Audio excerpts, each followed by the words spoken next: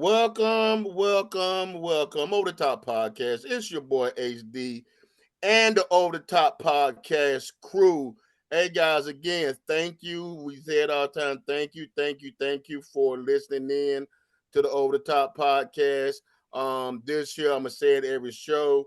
If you find anything that's worthwhile or find anything that could benefit you in your day or something that you just enjoy, please tag a friend, bring a friend, tell them to come enjoy the show. If you can't make it on Wednesdays nights at 6 p.m. at WDJY 99.1 FM, you can check out our YouTube page. They have all the over the top podcasts on there. We also have our YouTube sports page. It's not up to date, but we still on the sports as we go. So with that being said, again, thank you for joining in, and we're gonna introduce the crew. What's up, T? What's going on, Miss Toya? Oh, I'm first. You are first tonight. What's up? What up, though? What For up, Detroit? What up, though? There you go. We also got RJ. What's going on, Ron? Hey man, doing good, man. Staying positive in an interesting and making. Hey man, as always, a young man always though just told me nothing ever bad as it seems, sir. So there's always a silver lining somewhere in this thing. And we also got the playmaker in the house. What's going on, G? Hey man, I'm doing great. Okay. Excited today. I see the excitement in your voice. Hear the excitement in your voice. I'm a black man in America with the land of opportunity, and I'm just ready to go to sleep and wake back up and start on my day. Pull yourself up by your bootstraps. There you go. That's what I like to hear. Chin strap. Chin strap by your chin strap. Also, we got Q. What's going on, Q? God is good. All the time, sir. God Amen. I was looking for something to say, and nothing popped up. Huh? I was looking for something to say to start off the show, but nothing popped up. Hey, that's the best quote of the night, sir. God is good. That's the best quote of the night, now. By the time this airs, it should be February. Hopefully, Happy Black History Month. Yeah. We be right. We be right on Black History Month, so we're not that far ahead. Well, every month is Black History. We say every month is Black History Month. That's right. That's why we do it over the top podcast. Every month is Black History Month. T, what we got on deck with the S Toya? Okay, fellas. Dear Toya, recently some pictures have been posted of Shannon Sharp, or Unc as we like to call him. He's been seen at several basketball games courtside with another man who appears, and that's in quotations, to be part of the LGBTQ community. Now, the interwebs and its worlds of opinions is saying Unc is gay. Why do you think a grown-ass man can't be seen with a gay man and not be called gay? Signed, Mr. I wish folks would find their own business in mind. Oh, here we go. All right, Jay, so we can start with you, sir. To me, man, I think it's people fishing. You know, they're trying to find something to talk about and something to in relationship. And his business is his business. I don't care whether he's straight or gay. It doesn't matter because it doesn't impact me in one way or the other. The concern for me is, though, if he chooses to keep his private life private, then let that man keep his private life private. If he chooses to have friends that have different orientations or live their lives a different way, why does that make him bad, or why does that make him problematic? So, as I see it, man, I think, hey, people need to leave him alone. And as one of my clients used to say, you need to get up out of this business. True that. Playmaker, where you at? I basically echo all the things that Ron said. I mean, in this day and age, it shouldn't matter who you associate yourself with, as long as you're not doing anything criminal or anything like that. So, I mean, if he wanted to sit next to a drag queen and watch the game, then so be it. You know, as long as nobody's messing with anybody else, I don't have a problem with it.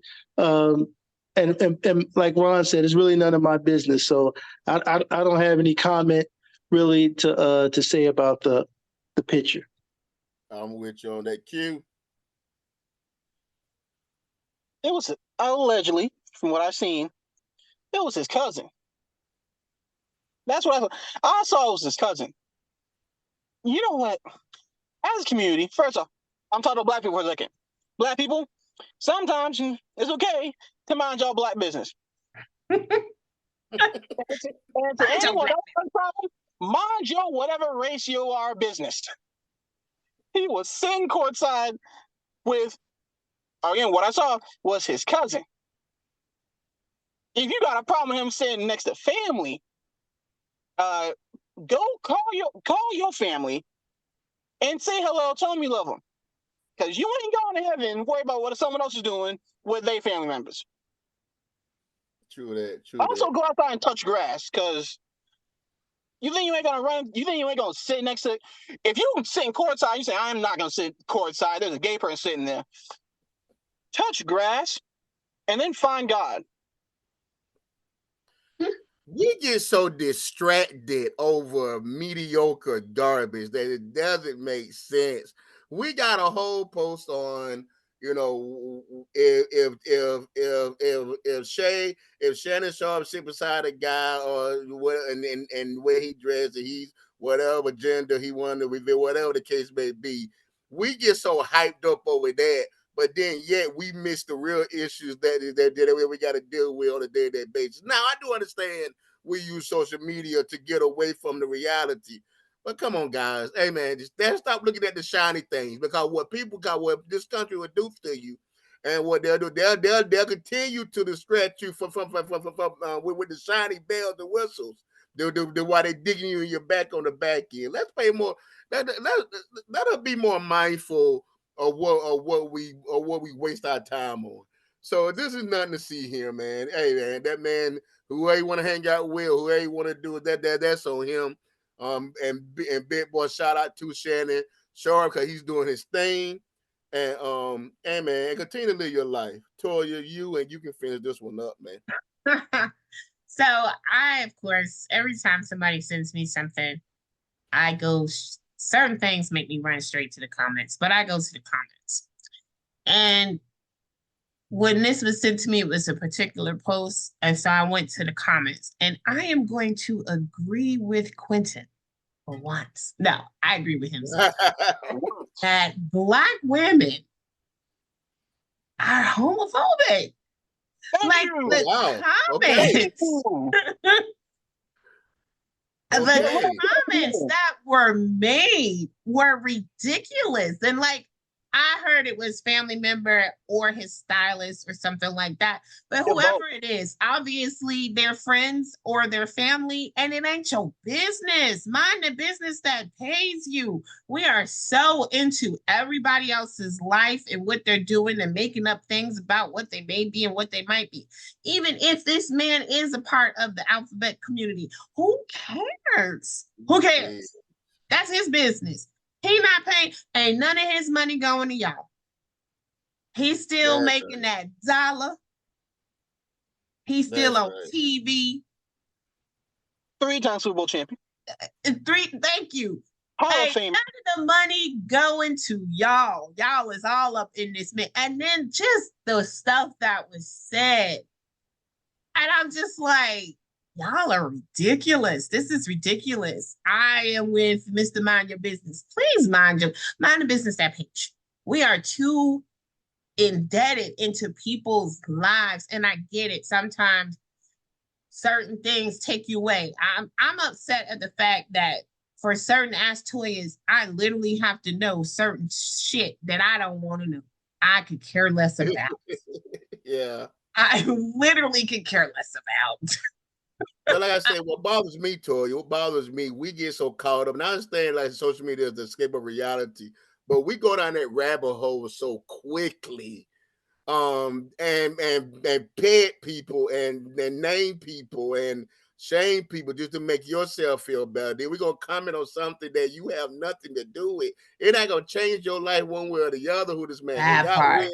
who he deal with and how he deal. We gotta be more conscious of what's going on around us, guys. We still got 200 dead bodies in the back of a jail cell that ain't nobody even talking about. But we worried about Shannon Sharp since him aside somebody that's Please, you that, got a felon. A felon running for president. yeah, I don't. Let me jump back in here. Let's say, because see, I think in the question he said now people are calling Shannon Sharp gay. Okay, let's say he is. That means to the homophobes in the back, a gay person was the best tight end in NFL history, arguably. Is it true? There it is. True, there it is. Hall of Famer. There it is. So what does that say about the sport that you like? That's right. I told you can read. You can find it. I mean, history, go ahead, Ron. Just really kind of to give you a little bit of history. It's a gentleman by the name of Jackie Smith that played for the Washington Redskins back in the day. That eventually came out after he got through playing, and he's in the Hall of Fame. He's a tight end too as well, or borderline, if I'm not mistaken. Shannon wouldn't be the first if that was the case. But first of all, we already know he ain't the first. It's probably over hundreds, but it is true. I mean, but because he's sitting beside a guy that's gay don't mean he's gay, especially because that is what it is. I don't. I think there are more pressing issues like what we're looking at with this Republican agenda is a more and what they're effectively trying to do in terms of rollback history, and transition us back to space that we used to be into. I think that's more of a process that we need to have. And I think we need to get in alignment relative to our thought process and expectations for the lives that we want our children and family. Good stuff. Playmate, you got everything else you want to add before we wrap it up? Just one little thing. I mean, this just shows you how quickly information can kind of spread. I mean, he hasn't come out and said anything. Nobody's come out and said anything. Somebody took a picture, and now you got some people already calling the man gay. That's just crazy how things can just kind of a wildfire with some of this information. But at the same time, I want to say this too, because there's several, every picture that he's in. When you have courtside seats, usually those are season seats. You're a season ticket holder for those seats on the court. Right. How do we know that dude sitting next to him ain't that season ticket holder? That part, it literally, and they've become friends because they sit next to each other at every game. Now, if it's family, some people say it's his stylist. So what? He hanging out with his boy. That's right.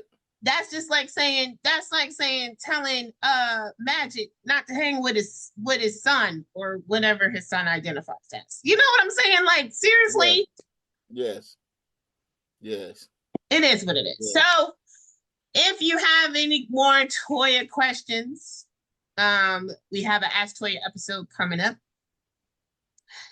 You can hit me at asktoya74@gmail.com or Ask Toya on Facebook. That's TOIA. I appreciate all y'all's questions and all y'all's comments and all y'all's support. Thank you so much. Good stuff.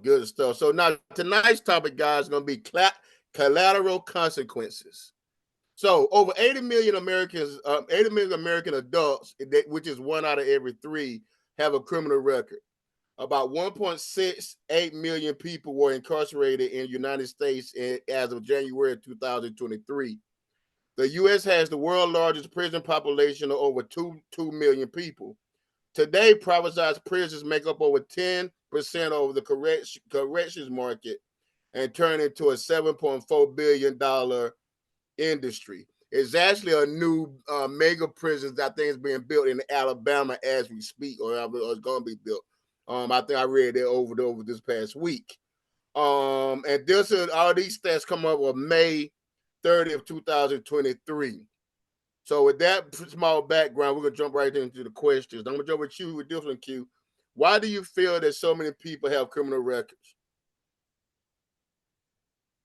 Because first off, because if I remember correctly, something wrong. Police officers need to meet a quota. If I remember correctly, if You are right. anyone wants if anyone wants to prove me wrong, go to YouTube channel when this gets uploaded and go in the comment section. Because they need a quota, and then that quota gets sent to a judge, and then depending on the race of the person, or if the judge is having a bad day, now there's a criminal record. And then Gotcha. and then there's some people who have a criminal record for the weirdest of reasons. I know someone personally. I'm not gonna say his name. I'm not gonna say what he did to get in this situation, but he has a criminal record because he accidentally ran over some trees, some apple trees. True that. True that. This is true. Playmaker, are we over policing our citizens? You know, there's two ways I need to answer this. I think in certain communities, I say, yes, we definitely are over policing. But if we're talking just in a general sense, I think that we put more emphasis in punishment versus identifying root cause issues and trying to correct the problems from that perspective. So short answer, if you're talking about certain communities, yes, certain communities are over policed. If you're talking about in general, I think we just spend more money in punishment or focusing on punishment than identifying, what situations are causing people to go out here and commit crimes and try to prevent those situations from occurring. Good stuff.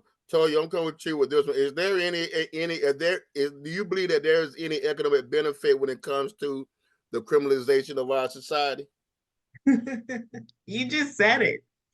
Well, 374 million annually for privatized prisons, 80 billion per year for taxpayers.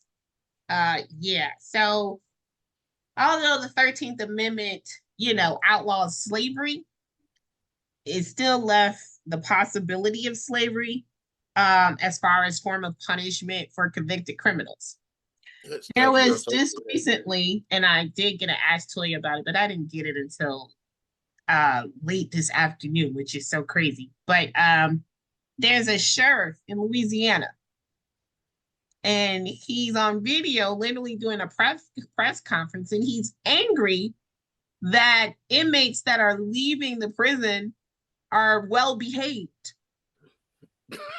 He's losing. He literally says, and when I say this is why we have to pay attention to what's going on, he literally says that they're so well behaved. Well, we have work that they can do. There's work that can be done, meaning there's labor for free. There's free labor. Slavery. That can be done.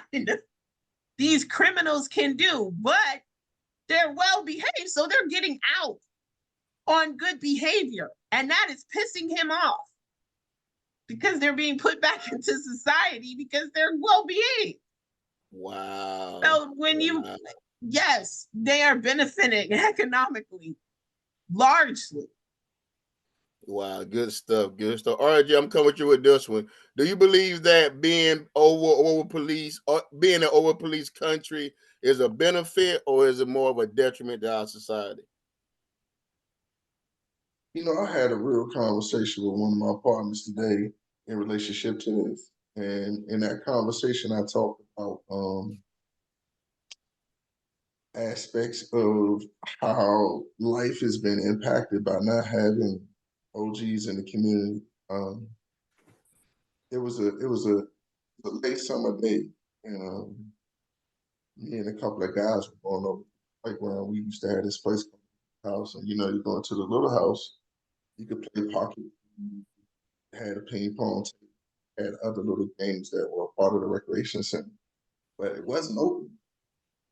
And so old heads were sitting out there drinking, talking, and I remember them mentioning the story about one of my favorite baseball teams that should remain nameless.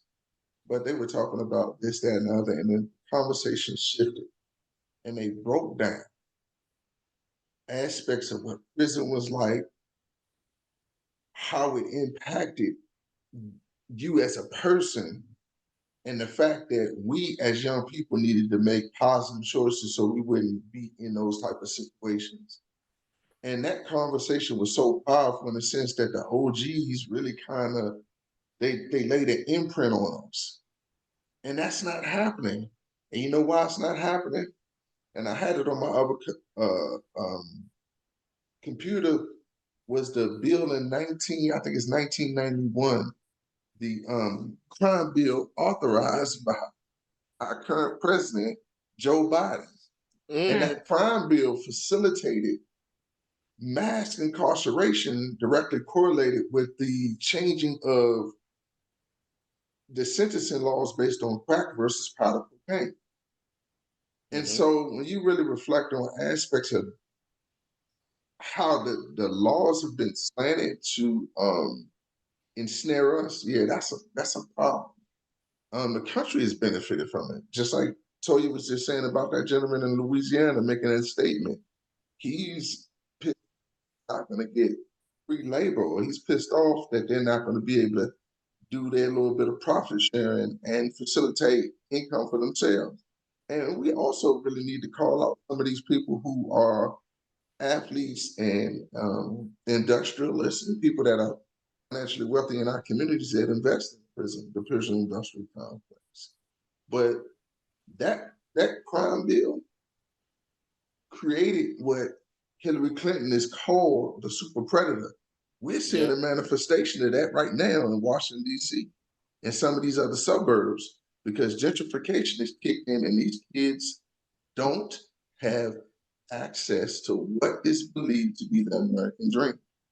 So yeah, they're creating what they said was already present. Good stuff. So this give us an introduction of what is collateral consequences and what collateral consequences are: legal disabilities imposed by law because of criminal convictions, regardless of whether a conviction individual serve any time incarcerated. Collateral consequences are known as adversity effects, adopting how adverse effects when it comes to adoption, housing, welfare, immigration, employment, professional licensure, property rights, mobile, and other opportunities. The collective efforts of which increase recidivism, excuse me, guys, recidivism, as I think I said it correctly, and undermines the meanings of reentry of the convicted for a lifetime. Q, I'll come back with you with this one, sir. Are these additional laws that are imposed on past convicted people necessary for the protection of society? You come to me with that, or you say G? You come with you with that one. Yeah, ask me that again, because I was reading along with you. Okay. Are these additional laws that these collateral consequences that they're facing, additional laws that are imposed on past convicted people, are necessary for the protection of society? No. Well, depending on what they're convicted of. Okay. Weed is legal in a lot of states. You're telling me they need to stay in jail, or they can't do anything outside jail? I'm skipping ahead, but I'm kind of trying to stay here. You're telling me those minor crimes where they got caught with weed, or they did something minor. I go back to the apple trees. You telling me you need to add additional laws to keep them in jail, or should we, like most country states are doing now, and just make it legal? And then once it's legal, take them out of jail. Why is still in jail for? It's legal. Or better yet, kind of because or you have somebody with weed, they can't get a job because I got a weed conviction 10 years ago. I wasn't gonna jump ahead yet. I'm saving it for the next. Gotcha. I'm sorry. I didn't mean to jump ahead of you, sir. Playmaker, what happens to the idea that a person had paid his debt to society and now is a free person? You know, I struggle with this question because I kind of look back to the definition of, or the meaning behind paying your debt to society. Who comes up with the cost of that debt? I mean, if someone is taken away from a family, then that impact of that person is hard to measure by time a person spends in jail. So I think it's very hard to say that for every situation that's a 1-for-1. That if someone is murdered and someone spends 15 years in jail for that murder, that they have paid that debt to society, where that family has still lost that loved one. That loved one is not coming back. So I, I I think when you talk about some of the some of the minor crimes, somebody stole $10,000. They work off $10,000, pay it back. They pay back some interest. Then everybody happy again is one thing. But when you're talking about lives and trauma and stuff like that, I think it's hard to put a price on some of those things. I don't. So I'm gonna come with you with a little rebuttal. The change. So, and I understand what you're saying. You can't bring back a life. So that, and then person gonna live with that. But if that person served his 25 years and he out, should that be it for him, or should he still suffer some more out of that after that? What's your thoughts So, on that? so for the person who lost a father, is 25 years enough? Yeah. Okay. I mean, Yeah. that's I mean, I understand. irreplaceable. Right. So Okay. Cool. Go ahead, T. now I'm saying, so should that re-entry not be the same because they took a life?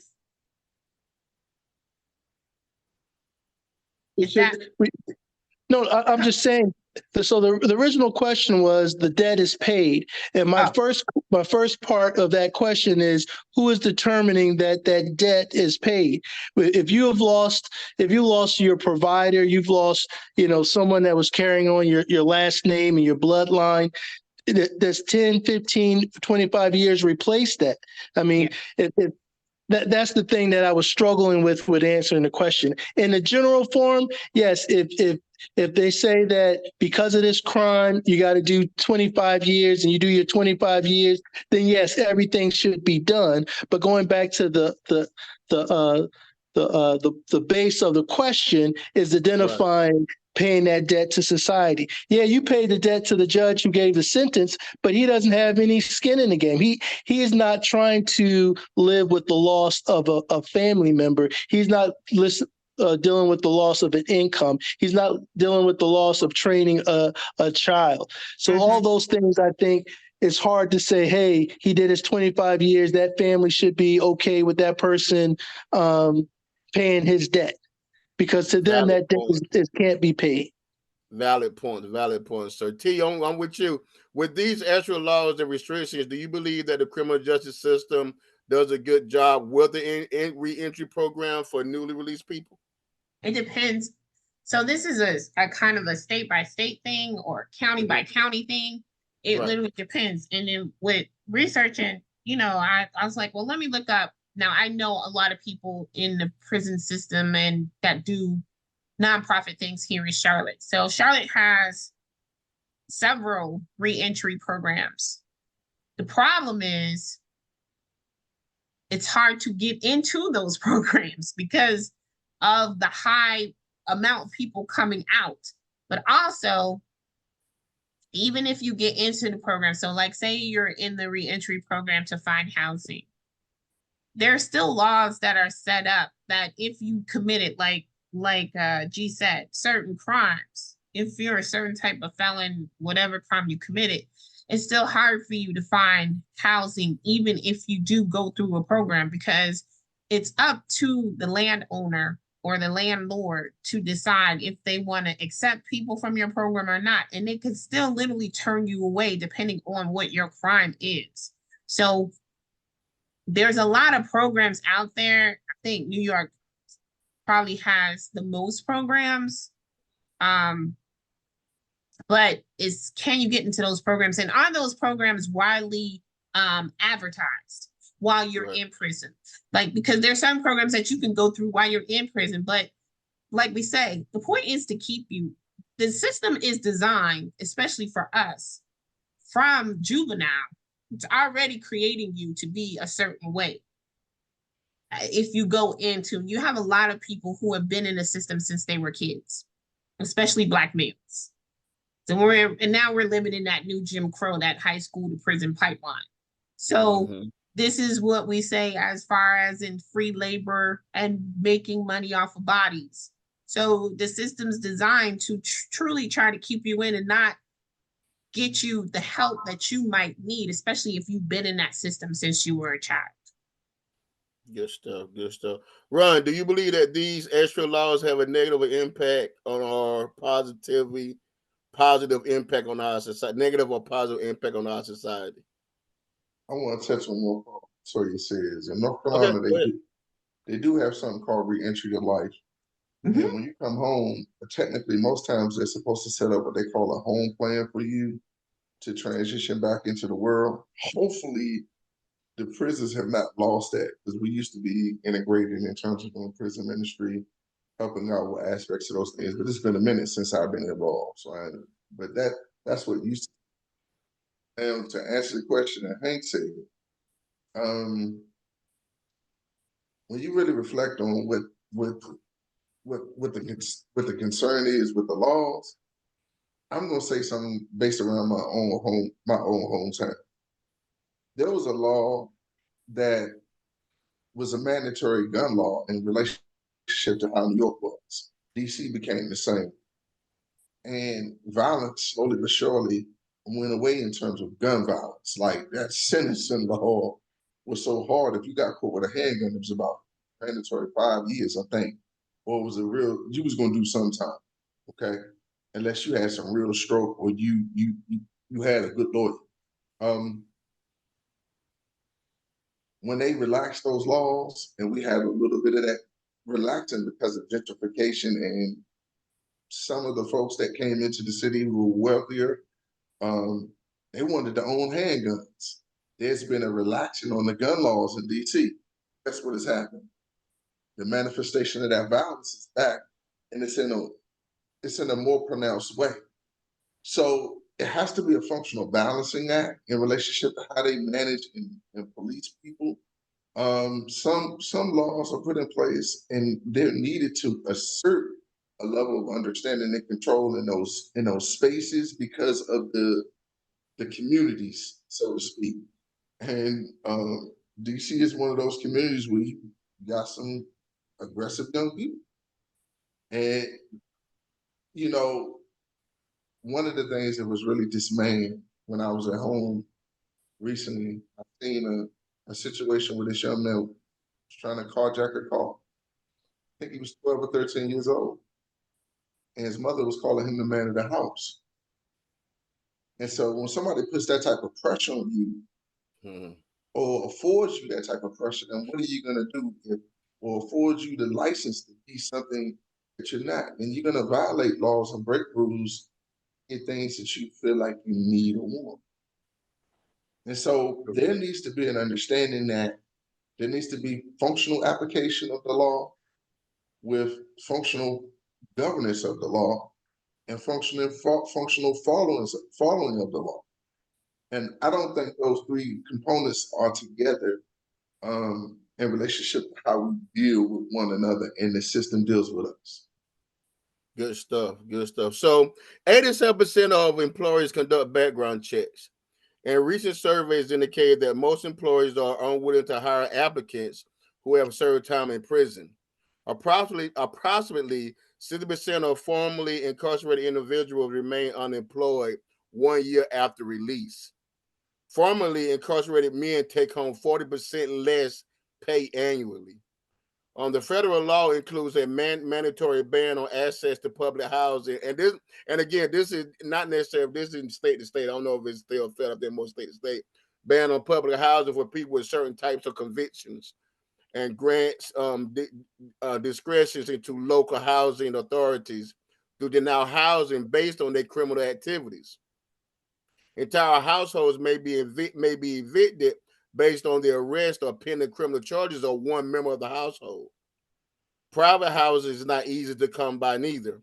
Most landlords are using background and credit checks to screen out prospective tenants with criminal records. Lesser known collateral consequences includes ineligibility for public benefits such as food stamps, Ineligibility for government sponsors on some student loans and grants, restrictions on certain type of employment or occupational license, to provide foster care, and also to provide foster care to minors or the family members. Playmaker, I'm coming with you with this one. Does these restrictions vary from state to state? Do you believe that this adds additional issues than if there was no national list that people must deal with? I guess, and I don't know if you understand the question. I'm see you got the question kind of a little muddy, but you got what I'm looking for? Um, just say that last part because I had it until you threw in the list piece. Are you saying should there be a national list or should it be depending on relied about each state? Correct. I don't know if it's kind of one of the question a little bit, but yeah, that's kind of where I was going. Should it be a national list or should it state to state? You know, I think there's pros and cons to both. I think when you have a national list and you're discriminating, or for lack of a better word, eliminating options for people, then there's nowhere they can go to get help. If you do it from state to state, you know, if state choose to kind of not provide housing and things for a certain type of felon, at least they can go to a different state and have a chance of getting some of the services that they need. So I think I probably would lean toward the state to state versus the national level. Just because of that possibility. If one state is stricter than the other, you can still have possibilities with another state. Good stuff. Toya, do you believe that the collateral consequences is a direct link to homelessness issues that this country deals with right now? Yep. Yes, sir. No. Yeah, okay. Because of those laws, because of the federal laws, like I said before, you know, they have the right to refuse. And then the income part that impacts everything, being able to get a job, period. And now I do background checks on every person I hire, but that's because of the type of business that I have. Do I want a criminal or somebody who's a thief going into a person's house to take care of them, or a murderer or a rapist going into, and most of my clients are little old women. So I have to do background checks, and I have to not say I can't hire you because yes, you're a criminal. We're dealing with someone's livelihood and someone's life. So that would be a reason why I do it. I want my clients to be extremely safe. And that's not saying that once you deal with crime, you'll do it again. There's other reasons for some people have certain records that I can just bypass and be like, okay, that's nothing. You know what I'm saying? I look into it deeply. We do national, local, county wise. So I look into it deeply, but these are reasons why people can't get jobs once they come out, because of the background checks, because of the standards of how people work, run their businesses. And they can't get living situations. So yeah, the homelessness is a problem. What you was gonna say. Good stuff. Hey, Ron, do you believe that these consequences or restrictions designed to help the person that's been released from prison, or is designed to put them back into the prison system? Or does it put them back in the prison system? I mean, an honest assessment for me and a belief is that the thought process almost, I'm gonna go back to that chart. Once they have you, they feel like they got you. The thought process is to identify ways, because here's the thing. You know, one of the dope things that I learned about thinking and recidivism is this. If you take a person who's making 1,000 decisions a day in the real world, right, and cut those 1,000 decisions down to about 100, when you take that person from making 100 decisions in a day and put them back out into the world where they got to make 1,000 decisions in a day, what's effectively going to happen? If they're already prone to having a certain level of behavior prior to the interest into the prison industrial complex, they're gonna be predisposed to have that same behavior because there's issues that govern how they even got to that space. As you transition and you move forward, if you don't work to really reset your mindset and change how you are, you're gonna be right back in that same space. And the government honestly has some aspects of the government have a vested interest in, probation, parole, um, some of these other entities support you being in the system. I mean, think about one of the more famous influencers right now in the space in Instagram, Wallow, who has shown himself over a period of time right now to be a reformed man for the last 4 to 5 years, has come home and he's on parole until 2048, I think. 2048? That's crazy. 20, it's 24. I know it's 2040, 2048. So if I show you I redeemed myself, and he didn't even really kill anybody. He was a part of some robberies. He did some things that were very harsh, but he didn't kill anybody. Man, I know dudes that killed people and did grisly things, and they came home in 15. Right. Yes. So Right. when I really reflect on that, the recidivism rate is directly correlated with decision making. And the decision making that got you in prison, if it doesn't change when you get out of prison, you're going to revisit those same behaviors and those same. Right. It's good stuff. Q, why do you think society put you want? I'm sorry, do you want to jump in there? I did want to add something to that. When you also think about it too, is that we having this conversation today that a lot of the problems too, when you say release, will they go back? The reasons that we stated on some of the reasons why people do go back is because there is no housing. In prison, you getting 3 meals in a cot. Mm-hmm. There's no, or you could be on the street, or you get, and then some people get so conditioned in the system that it's all that they literally know. And so that's where they're their most comfortable. That's where they're their most productive sometimes. And they want to go back. You can let a man out and he'll commit a crime the same day just to get back in. Right. It's happened. Right. Right. Q, why do you think society put a negative stigma on people who have served time before? Oh, I was about to say skin tone, You know what I mean? and I still might say skin tone because I'm gonna go back to my friend who has the record for some apple trees.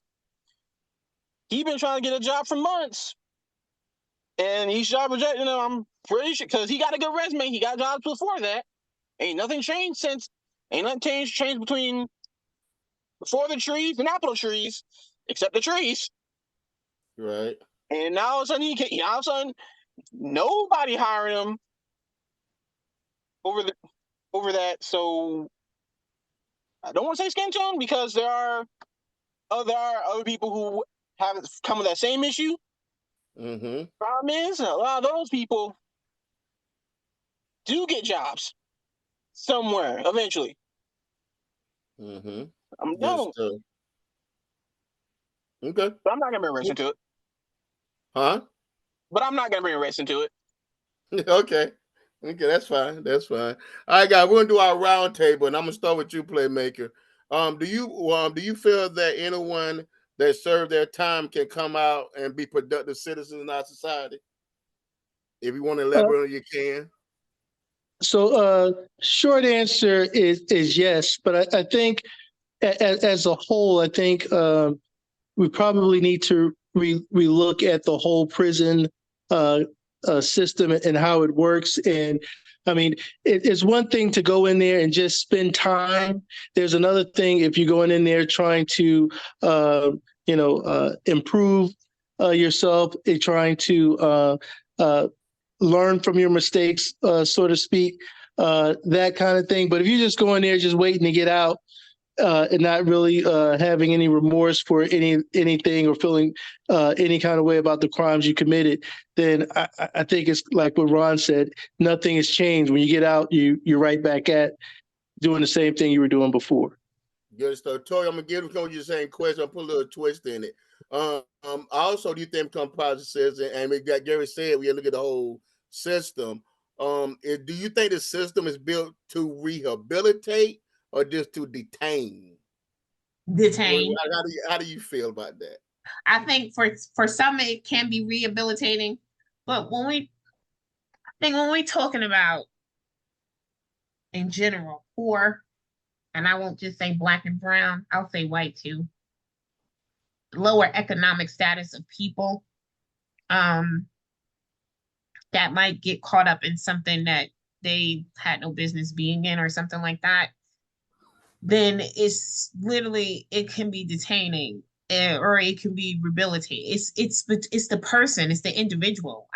I know people who have been locked down for years come out and thrive, um, and some are millionaires. It depends on the people and what they want, the person and what they want. You can either let it make you, and this is what somebody told me. They were locked down for they were in from a child from 12 years old, came out, went back in for 15 years, came out, wrote an amazing book, and is thriving. But from that time where they came out of juvie and went back in, this is someone who grew up in Compton, was in that gang life, came out, and you go right back into what you're doing. He's constantly says that that juvenile system is to develop you and keep you a criminal by the way that they treat you on the inside. There is a certain way that they tell you to do things. You have a certain point of discipline, but you also have a certain point of recklessness. They give you the freedom. And then when you're in a system where it has gangs against gangs, you're constantly fighting. So you come out of that system or you age out and you move up to the real penitentiary, and you just live your life in that system. Now you can come out and make something of yourself. But when he came out, he committed another crime by going back in that gang life because there's nobody there to teach you how to stay. Like Ron said, you had your OGs, but even back then, the OGs was pushing you out of, in that sense, on that coast, was pushing you out and putting you back into the street to do their business while they're locked down, to hold it down for them so they can still have money when they come out. So going back in, he realized, and this is where a lot of men find certain types of religion and spiritualism when they really grow and decide this is not life for them, that it wasn't the life for them. So he got his education. He has a master's degree.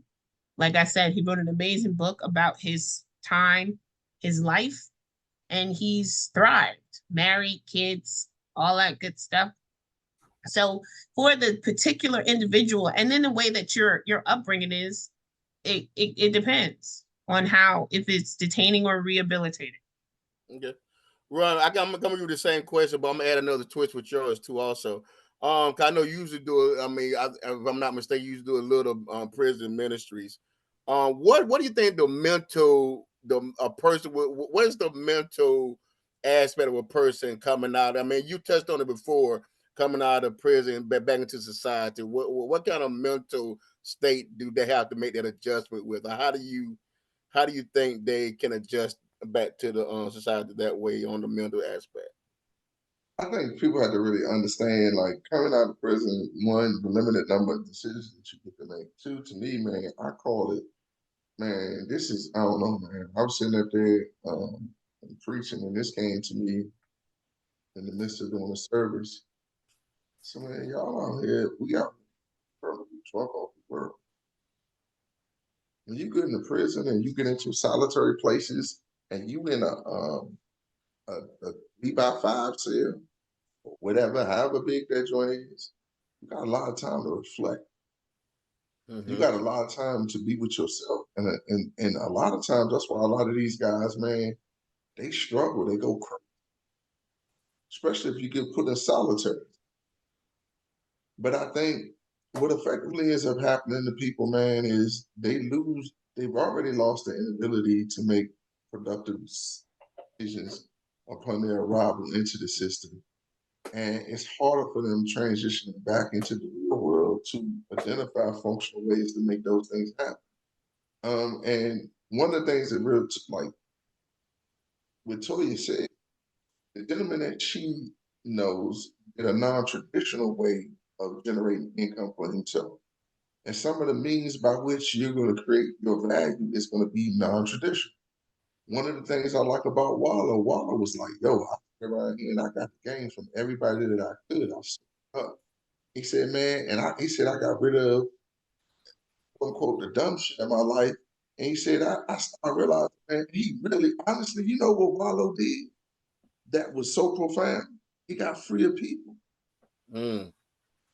It wasn't because a lot of what we did or do in the streets is directly correlated for us to secure a female Right. who, when you try to secure that female, you're gone. She's gonna be sleeping with somebody else. I Or know, she's right? and I told the cats at the prison, I said, man, hey man, look here, champ. Breast sag, butt start to drag. But while you doing that time, is it still straight for you in here? Do you still see those same people coming to see you? Are you relevant in their lives? And I got a friend who's going through that same thing. And she's really actively engaged in making sure the person that she loves is really welcome. At a point in time, I heard this gentleman by the name of Mikey Pound say, he said, man, when people miss holidays or they miss visits, you feel like they've abandoned you. You feel like they don't Mm-hmm. care. And that's when you lose focus in terms of being in prison, and that's when you get into spaces. And then also, man, I'm gonna tell you something. I'm gonna say this, and I'm gonna be really real with y'all. I'm gonna shut it down. When you in a pool with a whole bunch of sharks, it's hard not to be sharky. Correct. That's facts. That's It's hard not facts. to be sharp. You gotta And, adapt to your environment. If not, you'll and get lost. let me say one more thing too. My ex brother-in-law went to prison. He went to prison. He went to prison for something heavy. But he pointed out a guy, and I never forgot that. He was in there for a 2 to 5. And I said, oh boy, why he got this? I say, cuz why he got that red charge too? Man, he on death row. Mm. You went to jail for a 2 to 5 and you killed somebody in prison. Mm. Come on, man. Mm. That's heavy. So I'm not gonna put myself in an environment, and I think that's where we have to really kind of delineate, like, how important are we to ourselves and how important is our presence to the people that are part of our lives. Facts. Quinn, do you think people that's in prison can come out and be productive citizens? Sure, look at Donald Trump.